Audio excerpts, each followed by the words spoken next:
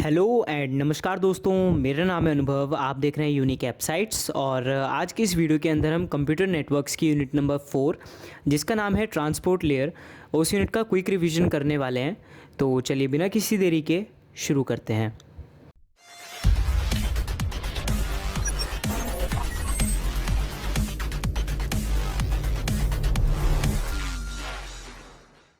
तो दोस्तों unit number 4 जिसका नाम है ट्रांसपोर्ट लेयर कंप्यूटर नेटवर्क्स की, उसके अंदर सबसे पहले हम देख लेते हैं कि ट्रांसपोर्ट लेयर होती क्या है। तो सबसे पहले प्रोसेस टू प्रोसेस डिलीवरी, जब हम प्रोसेस टू प्रोसेस डिलीवरी करते हैं उसे हम कहते हैं ट्रांसपोर्ट लेयर। वो ये जो प्रोसेस होता है ना, ये ट्रांसपोर्ट लेयर के अंदर होता है।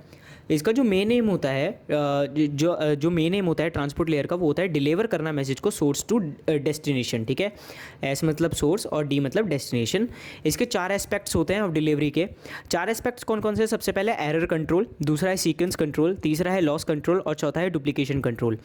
अगर हम एरर कंट्रोल की बात करें, इसका जो प्राइमरी गोल होता है वो होता है ट्रांसफ़र करना डेटा को विदाउट एरर। जो डेटा होता है must originate from source to delivery. 100% is not possible, बस ट्रांसपोर्ट लेयर ट्राई बेस्ट। मतलब कि इसके अंदर क्या होता है कि विदाउट एरर डेटा को ट्रांसफ़र करना थोड़ा सा मुश्किल तो होता है, लेकिन हाँ ट्रांसपोर्ट लेयर जो होती है इस चीज़ के लिए अपना बेस्ट ट्राई करती है कि 100% जो है एरर फ्री डेटा जाए। Basic error detection and retransmission, अगर ये बेसिक एरर डिटेक्शन करती है और रीट्रांसमिशन कर देती है उस डेटा का। फिर हम आते हैं नेक्स्ट पे जिसका नाम है सीक्वेंस कंट्रोल। इसके अंदर क्या होता है? On sending end ensure data units receive from upper layer. इसका मतलब क्या है कि जो जैसे ये डेटा को सेंड कर देती है तो ये एंश्योर करती है कि हाँ जो अपर लेयर से उन्होंने डेटा को रिसीव किया है या नहीं किया है। ठीक है, on receiving end ensure transmission is correctly resembled. और ये चेक करती है कि जो हमारा एंड पॉइंट है, एंड हुआ है जहाँ पर रिसीविंग का एंड हुआ है, वहाँ पे जो सारा का सारा डेटा है ट्रांसमिट जो किया गया था वो पहुँचा है या नहीं पहुँचा है। ठीक है, फिर आता है हमारा लॉस कंट्रोल। लॉस कंट्रोल के अंदर क्या होता है? Transport layer ensure piece of transmission arrive at destination. जो हमारी ट्रांसपोर्ट लेयर है वो है एंश्योर करती है कि पीस ऑफ ट्रांसमिशन अराइव हो गया है डेस्टिनेशन पर या नहीं हुआ है, या फिर कुछ लॉस हो गया है डेटा में। Some data lost during delivery, या फिर चेक करता है कि कुछ डेटा लॉस्ट हो गया डिलीवरी के टाइम और रिक्वेस्ट करता है री डिलीवरी को। ठीक है, अगर हम डुप्लीकेशन कंट्रोल की बात करें तो यहाँ पे नो डेटा इज डुप्लीकेशन। इसके अंदर कोई भी डेटा डुप्लीकेट नहीं किया जाता है। Sequence number allow receiver to discard duplicate segment. इसके अंदर जो सीक्वेंस नंबर होता है उसकी मदद से हम ये पता कर सकते हैं कि कौन सा जो है डेटा वो डुप्लीकेट हो गया और उस डुप्लीकेट डेटा सेगमेंट को हम हटा सकते हैं। ठीक है, तो इसके बाद इसके बाद आता है जी फ्लो कंट्रोल। फ्लो कंट्रोल क्या होता है? एक इंश्योर करता है होल मैसेज जो अराइव हो गया डेस्टिनेशन के ऊपर, परफॉर्म एंड टू एंड। ये एंड टू एंड परफॉर्म होता है। और टीएल का मतलब आप transport layer use slide window protocol, और स्लाइड विंडो प्रोटोकॉल को ये यूज़ करती है। फिर हम आगे जब करते हैं तो आता है TCP header working. TCP header और उसकी वर्किंग, तो इसके अंदर होता है segment consist 20 to 60 bytes header. इसके अंदर 20 से लेकर के 60 बाइट्स तक के हेडर इसके अंदर होते हैं। 20 byte header if no option, अगर इसके अंदर 20 बाइट्स कब यूज़ करेंगे? जब कोई ऑप्शन नहीं होगा। अगर ऑप्शन होगा तो 60 बाइट्स तक हम यूज़ करते हैं। ठीक है, इसके अंदर गाइज टीसीपी हेडर के ऊपर मैं जितने स्टार लगाऊं उतने कम हैं। ये मोस्ट इंपॉर्टेंट है, क्योंकि ये एक ऐसा टॉपिक है जो आपकी नॉलेज अच्छे से चेक करेगा। क्यों करेगा वो मैं आपको रीज़न बता देता हूँ। इसके अंदर पता नहीं कितने पार्ट्स हैं, जैसे कि सोर्स पोर्ट एक, यहाँ पे काउंटिंग तो लिखी हुई है, कंट्रोल के अंदर भी फर्दर हैं, और यहाँ पर टोटल आपके आ जाते हैं 11 पॉइंट्स। ठीक है, तो मतलब कि 11 के 11 आपको याद करने हैं, इनके अंदर की चीज़ें भी याद करनी है, साथ ही साथ जो इनके फर्दर जो आपके सब डिविजन्स हैं उनको भी करना है। तो ये मोस्ट इंपॉर्टेंट टॉपिक है, ये आपसे हर साल पूछा जाता ही है, तो इसको तो आप छोड़ के जाइएगा मत। आई डोंट नो आप कैसे याद करोगे, अगर आपको पता चल जाए कोई याद करने की टेक्निक तो प्लीज़ मुझे भी बताइएगा। ठीक है, फिर आते हैं हम सोर्स पोर्ट पर। तो इसके अंदर कितने सेगमेंट छोड़िए, इसके अंदर देखते हैं कि क्या क्या होता है। तो सबसे पहले होता है सोर्स पोर्ट। ये 6 बिट नंबर होता है, 6 बिट का होता है, और ये आइडेंटिफाई करता है application that TCP segment originate from sending host.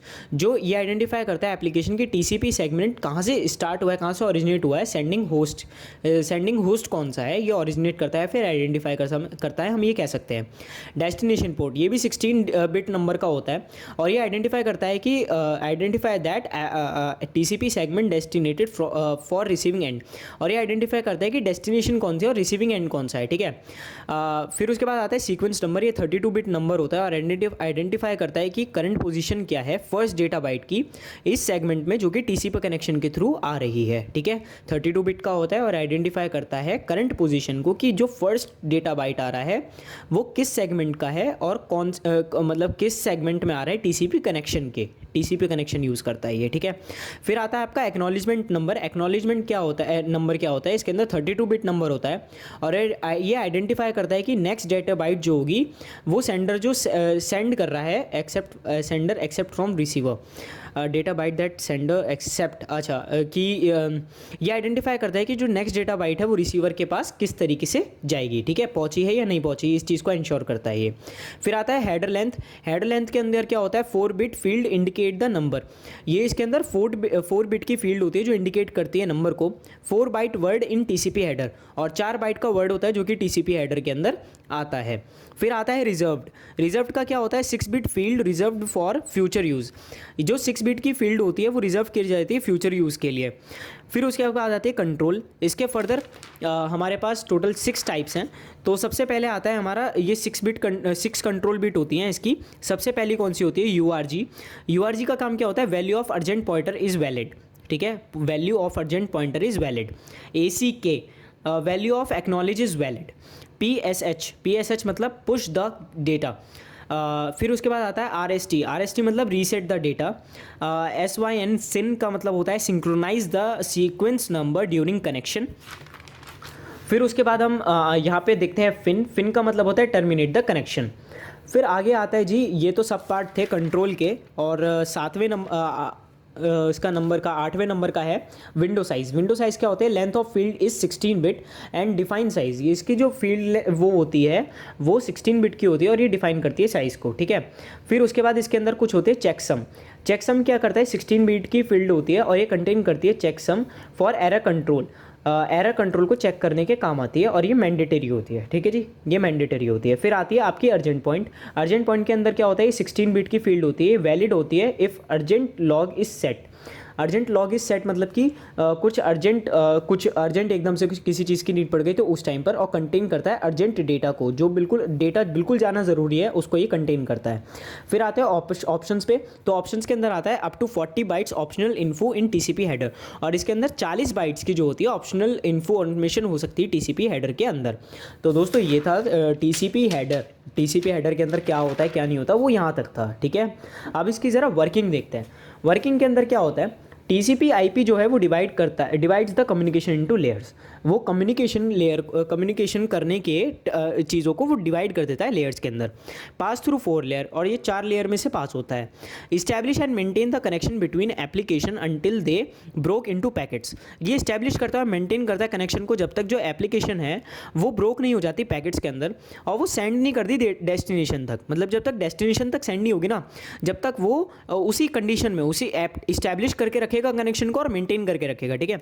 और फिर उसके बाद सेंड और रिसीव कर लेगा पैकेट्स को फ्रॉम NL मतलब नेटवर्क लेयर, ठीक है। नेटवर्क लेयर में कोई या तो सेंड कर देगा, रिसीव कर लेगा और हैंडल कर लेगा सारे ड्रॉप्ड पैकेट्स। अगर कोई पैकेट ड्रॉप्ड हो जाता है, लॉस हो जाता है, तो उसको हैंडल कर लेगा ये चीज़, ठीक है। यूज़ 3-वे हैंडशेकिंग, ये 3-वे हैंडशेकिंग को यूज़ करता है to establish connection between devices and server, ठीक है। अब दोस्तों ज़रा इसका डायग्राम देखते हैं। डायग्राम को याद कैसे करना है आप ज़रा देख लो। सबसे पहले हेडर और डेटा आपको याद करना है, ठीक है। फिर उसके बाद SP@16, SP का मतलब सोर्स पॉइंट, ठीक है। सोर्स पॉइंट आप यहाँ लिखोगे। फिर उसके बाद यहाँ पे क्या था, डेस्टिनेशन पॉइंट आप यहाँ लिखोगे विद एड्रेस। 16 बिट्स आपको यहाँ पे लिखने ज़रूरी हैं। फिर उसके बाद क्या था, सीक्वेंस नंबर, तो सीक्वेंस नंबर आप यहाँ लिखोगे। फिर उसके बाद आता है आपका एक्नॉलेजमेंट नंबर। फिर उसके बाद H लेंथ लिखा था हमने यहाँ पर, हेडर लेंथ को हम इस तरीके से H लेंथ लिख दिया है हमने। फिर यहाँ पे आता है रिजर्व्ड को भी इस तरीके से लिख दिया। अब क्या होगा दोस्तों, हमने कंट्रोल नहीं लिखा है, ठीक है। कंट्रोल नहीं आएगा, उसके अंदर के सब पार्ट्स आएंगे, URG, ACK, ठीक है, PSH। फिर उसके बाद यहाँ पे CYN और यहाँ पे फिन, ठीक है, इस तरीके से। फिर आता है विंडो साइज़ 16 बिट्स। यहाँ पे जो विंडो साइज़ था वो ये जो है विंडो साइज़ ये यहाँ पे इस तरीके से आ गया। फिर उसके बाद चेकसम था, चेकसम आ गया। फिर उसके बाद यहाँ पे आपका अर्जेंट पॉइंटर था, ये आ गया। फिर उसके बाद आपका ऑप्शंस हो गया, ये आ गया। ठीक है, इस तरीके से अगर आप हायरार्किकली वो करना चाहते हो, याद करना चाहते हो, या फिर इस तरीके से डायग्राम की तरह याद करना चाहते हो तो कर सकते हो ईजिली। ठीक है, मुझे तो ये वाला ज़्यादा मेथड अच्छा लगा कि आपको पहले ये लिखना है, पहले ये लिखना है, हायरार्किकली आप याद कर सकते हो इस चीज़ को। बाकी आपकी मर्ज़ी है, अगर आप इसकी कोई ट्रिक बना लेते हो याद करने की तो वेल एंड गुड, वो आपकी कंफर्टेबल लेवल है। फिर उसके बाद आता है आपका टीसीपी और यूडीपी। तो टीसीपी क्या होता है, ये कनेक्शन ओरिएंटेड होता है और ये कनेक्शन लेस प्रोटोकॉल होता है। ठीक है, ये रीअरेंज करता है डेटा पैकेट को इन स्पेसिफिक ऑर्डर, ये स्पेसिफिक ऑर्डर में रीअरेंज करता है और ये पैकेट जो होता है उन्हें इंडिपेंडेंट छोड़ देता है, ये एक दूसरे पे डिपेंडेंट होते ही नहीं है। ये स्लोअर होता है और ये फास्टर होता है। क्यों होता है फास्टर? क्योंकि इसके अंदर एरर चेकिंग होती ही नहीं। जब इंडिपेंडेंट है भैया, किसी के ऊपर डिपेंडेंट ही नहीं है, तो एरर चेकिंग किस बात की है? तो आज़ाद है, कहीं भी घूम सकते हैं। फिर उसके बाद है हेडर साइज इज 20 बिट। इसके अंदर 20 बिट का हेडर साइज होता है और इसके अंदर 8 बिट्स का होता है। ठीक है, फिर उसके बाद बिट्स नहीं, बाइट्स, सॉरी।